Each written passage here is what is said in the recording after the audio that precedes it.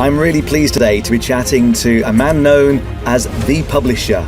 Mr. Kelly Cole is a 2 times #1 best-selling author, speaker, and entrepreneur.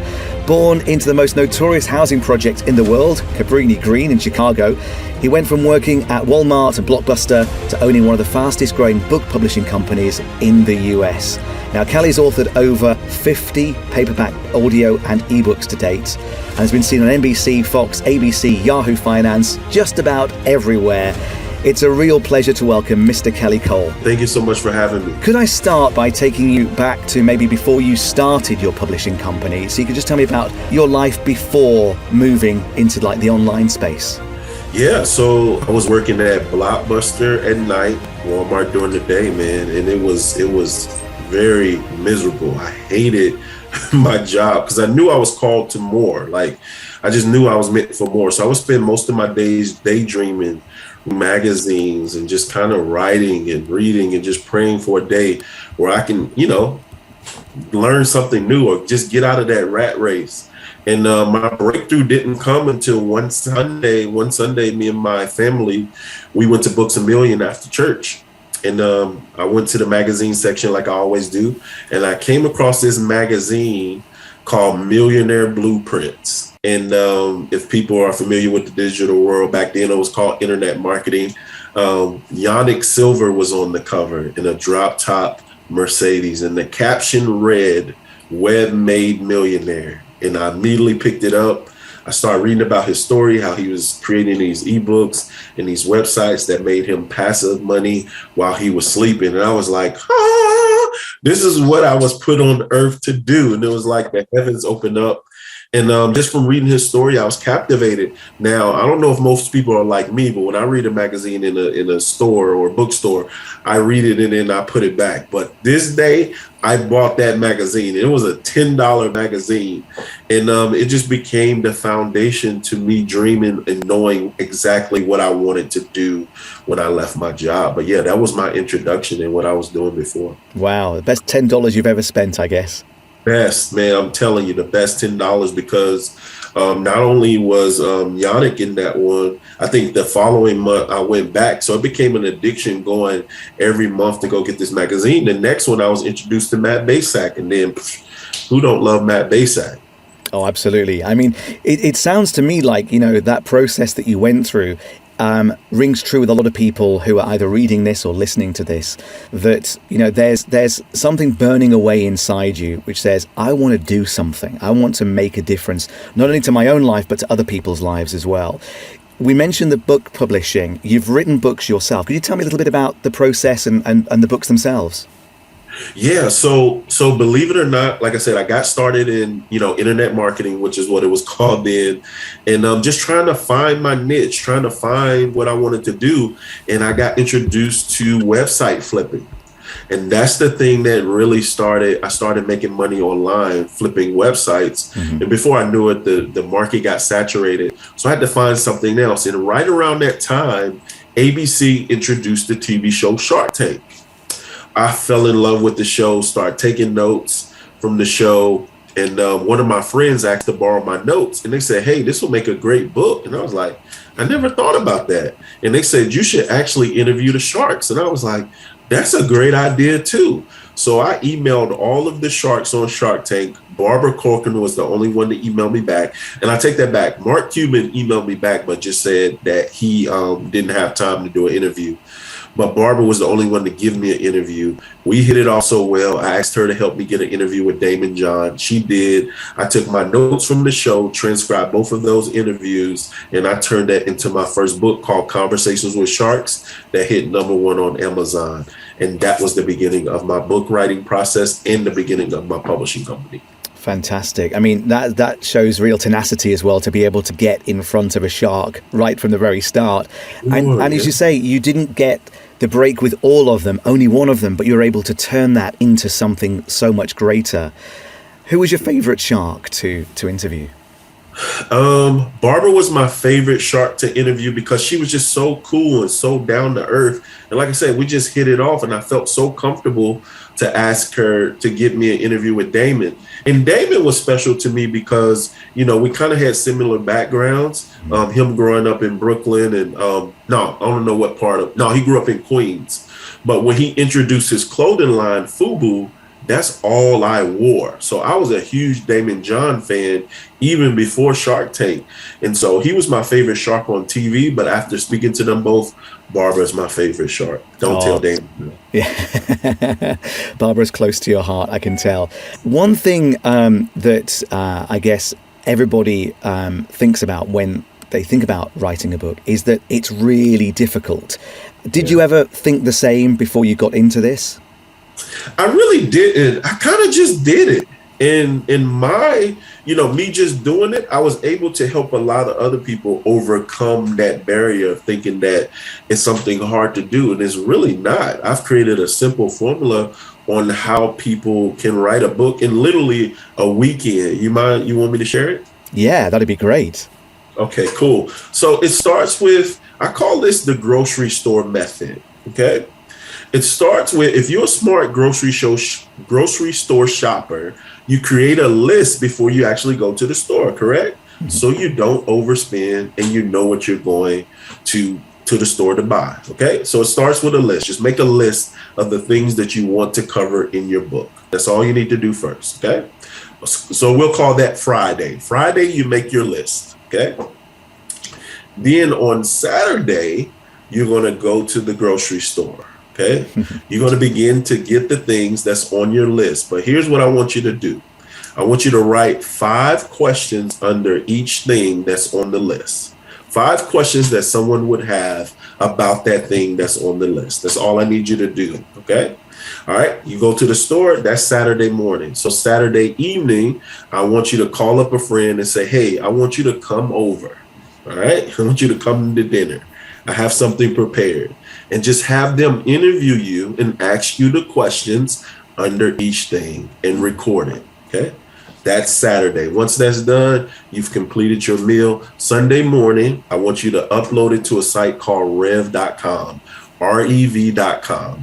And what Rev is going to do, they're going to transcribe that interview for about $1 per minute and then 4 to 48 hours. Congratulations, you just wrote your book.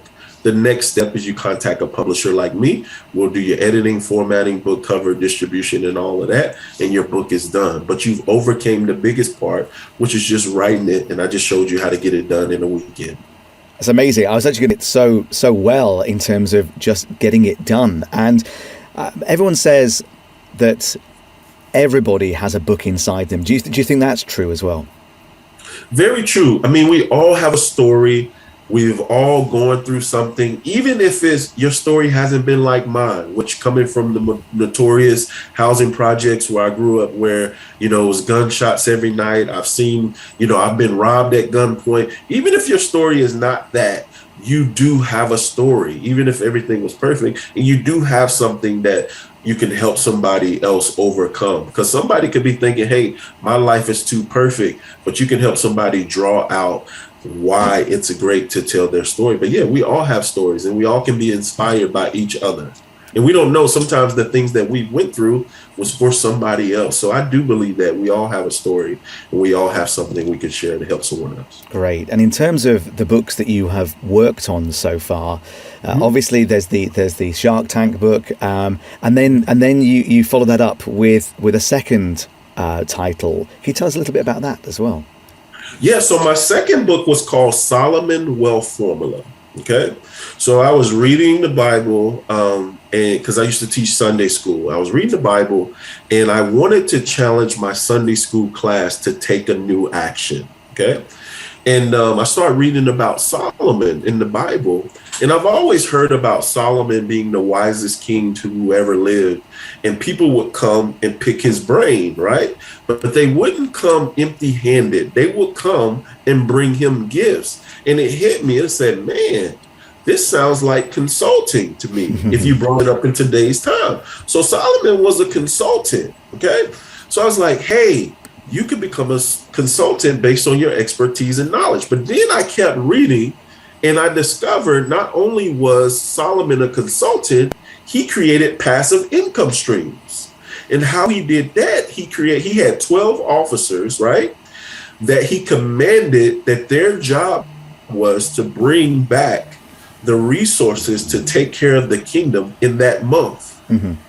What is that? That's passive income. That's income that he didn't have to work for. So I put that information together in a book called Solomon Wealth Formula, How to Activate the Wealth of Solomon in Your Life.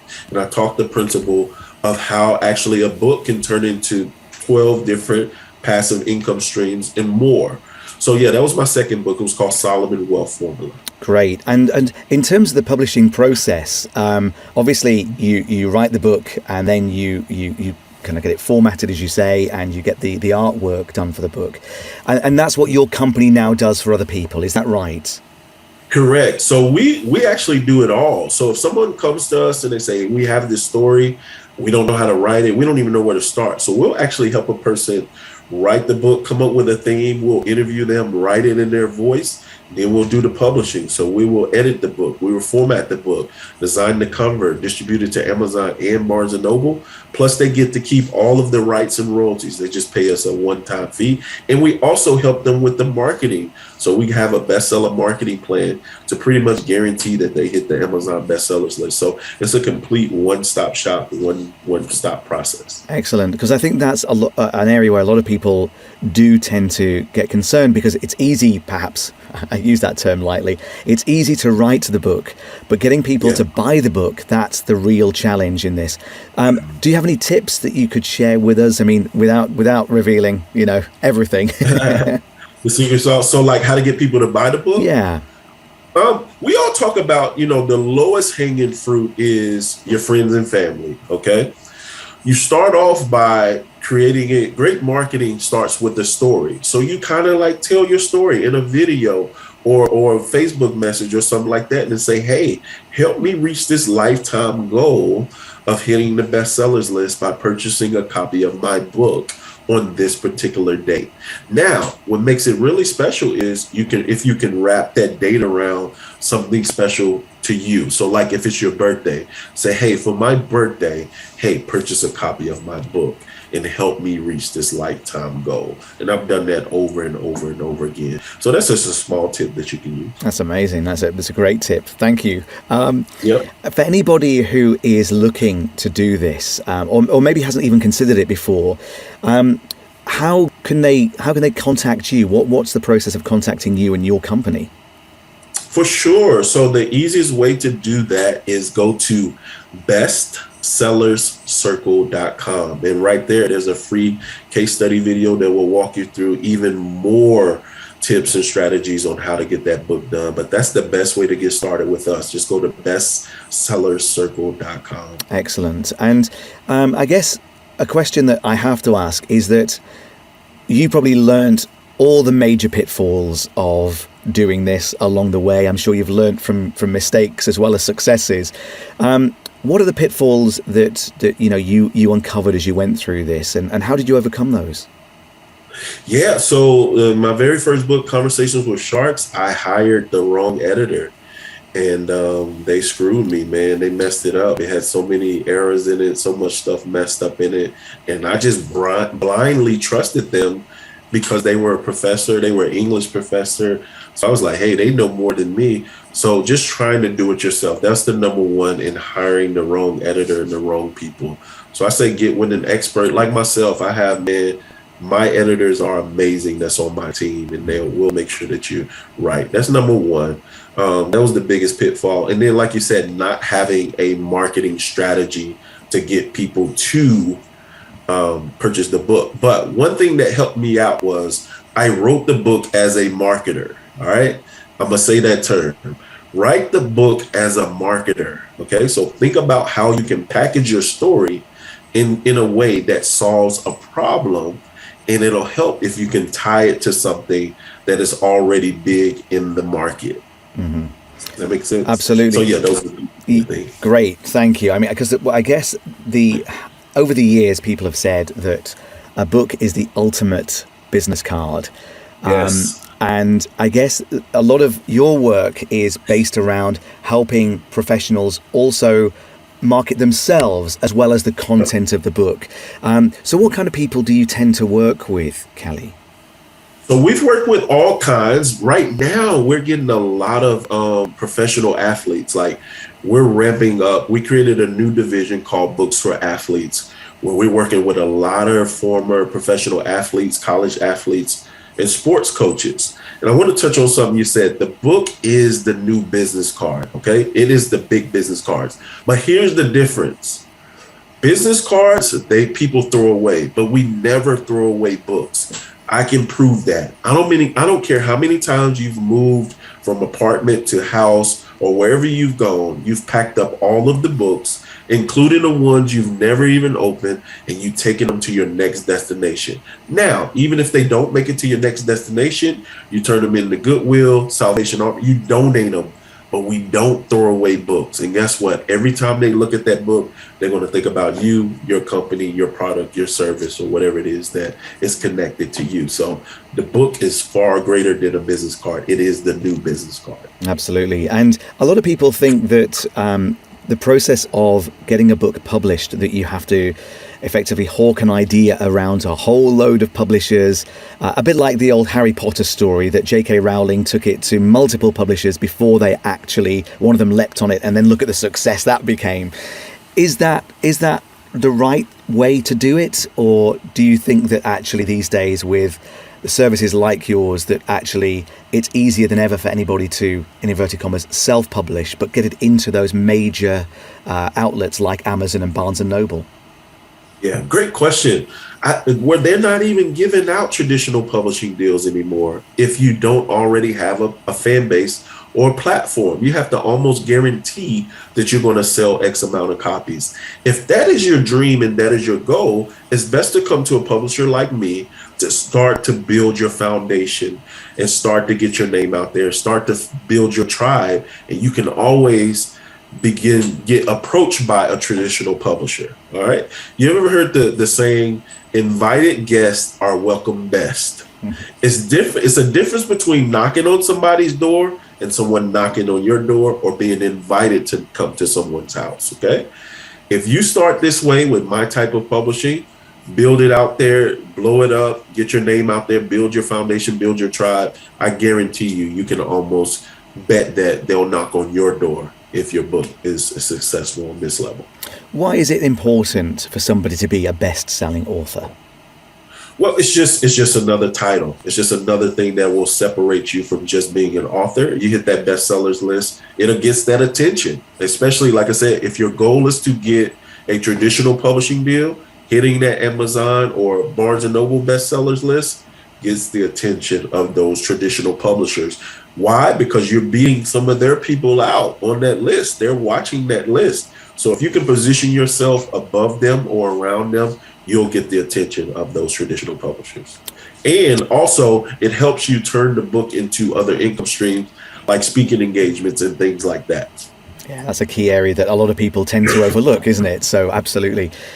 Yeah. In terms of your own books, Kelly, obviously, you've had number one best-selling books on the various charts and so on. Could you ever put a number on how many books in total you think you've sold, combining your titles and all the other books that you've worked on, perhaps? No, and here's why. I don't even care about how many books I sell. Yeah, good answer. Because to me, I don't care about book sales. It's a business card. So I'll give away more books than I probably sell. And the money that I get, the royalties that I get, guess what I do? I put that back into the marketing. Because to me, it's just a marketing tool. It's just a brochure. It's a business card.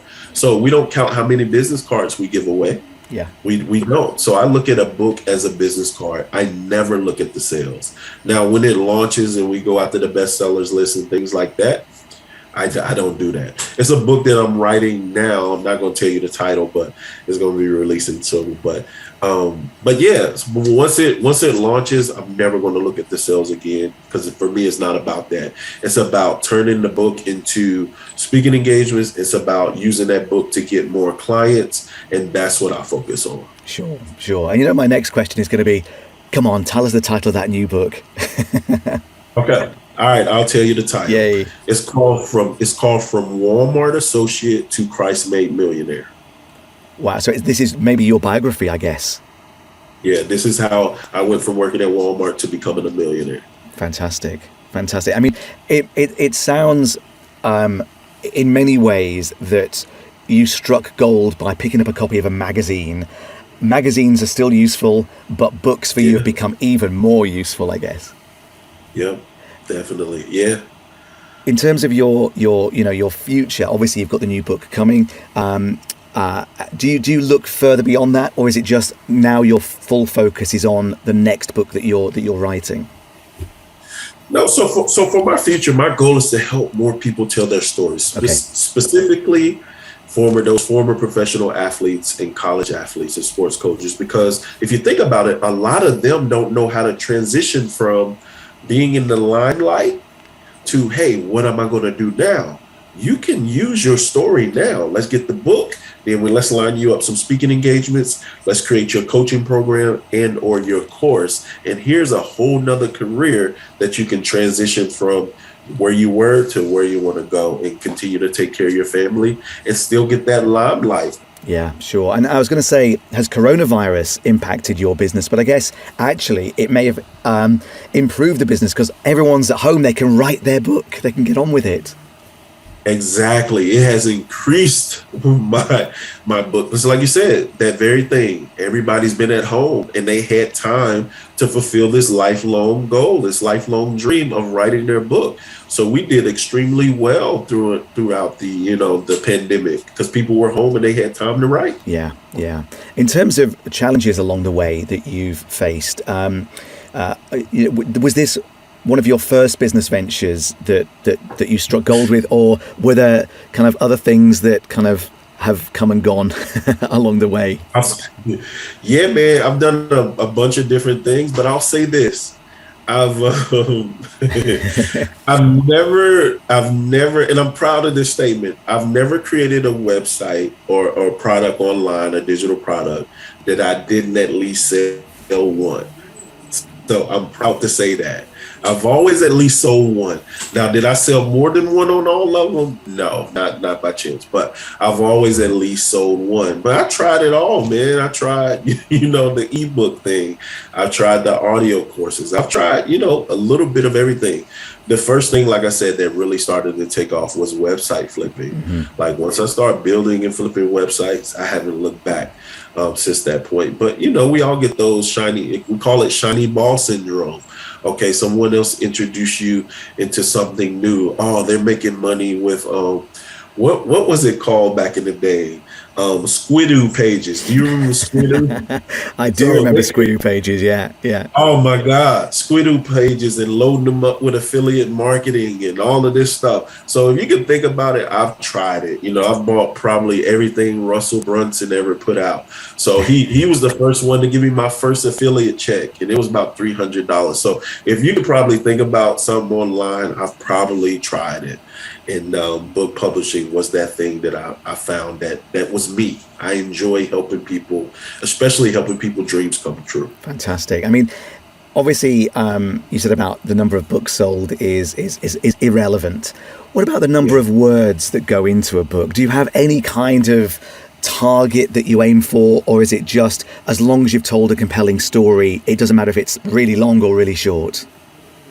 No, so I always recommend don't pay attention to the words. Let's just try to get it to at least 100, 150 pages. Mm-hmm. Once you start getting over 100, 150 pages, nobody's going to read it anyway, especially depending on your target audience. Now, if you're writing a novel, that's a little bit different. Novel readers, they're going to read it 200, 300 pages. But if you're writing as a marketer and you have a distinct message and a book that is going to fill in a gap and serve a need and solve a problem that your reader has, you need to keep it to 100 to 150 pages. And that's going to be about, I'll say about 20,000 words, if that. Okay. And I love your idea that actually instead of sitting down at a keyboard, I was going to say a typewriter, it shows you how old I am, but instead of sitting down at a keyboard and starting to type your book, just talk it out, just record the audio version. Has audio been something that you've adopted as part of your strategy, Kelly, as part of your ongoing strategy? For sure. That's the only way. Because remember, the first one started out as, 2 interviews that I had transcribed. So I was like, man, this is sweet. So I don't write a book without doing the audio. So like I create the outline and then I record it, man. I record it. It shortcuts the process because you can get it done literally in a weekend if you just sit down. Like I have a book that, like I said, the books that I just released now is just for, I write them as a marketer. So I just did a book that I'm getting ready to give away to some VIP clients of mine, but it's how to turn your book into a 6-figure money machine. I literally sat down on a Saturday, locked myself in a room, and I recorded it in a day. Wow. One book in one day. I mean, surely that's going to be a title for a book in the future as well, hasn't it? For sure. Yep. I love that. Fantastic. What about your family? And, were they supportive of you as you got into this area of your business? Yeah, they were. And I was actually, man, the first author in my family. Like Wow. Nobody had ever, written a book. So they were all amazed. They were all shocked and very supportive that I actually, wrote a book and actually did it. Because I didn't tell anybody. I didn't say, I'm writing this book. I just said, bam, it's done. Here it is. And people bought it and the family supported it. And then when the speaking engagements start coming, the clients start coming, of course, they were even more supportive then and very proud of me. So, yeah.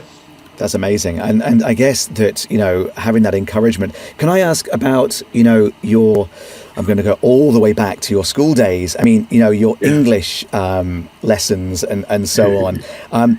Were you always top of the class in English? Was that something that is important, or is that not important at all?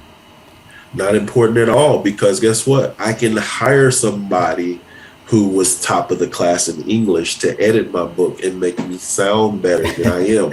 Believe it or not, man, I'm dyslexic, so I see things backward. I was backwards. I was never great in English. I was never great at reading. And here I am. I own this successful book publishing company for over 15 years.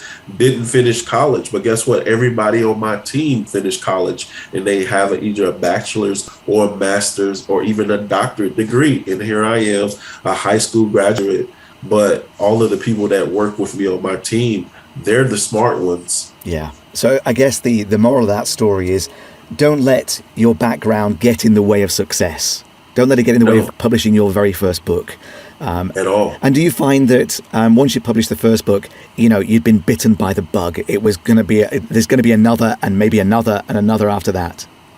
It always happens that way. Yeah. A lot of my clients, they're not even finished with the first one. They're already talking about the second one. And I'll be like, hey, let's finish the first one first. First things first. But yeah, it's it's electric, man. It's contagious. Once you write one and you overcome, it's like overcoming that barrier.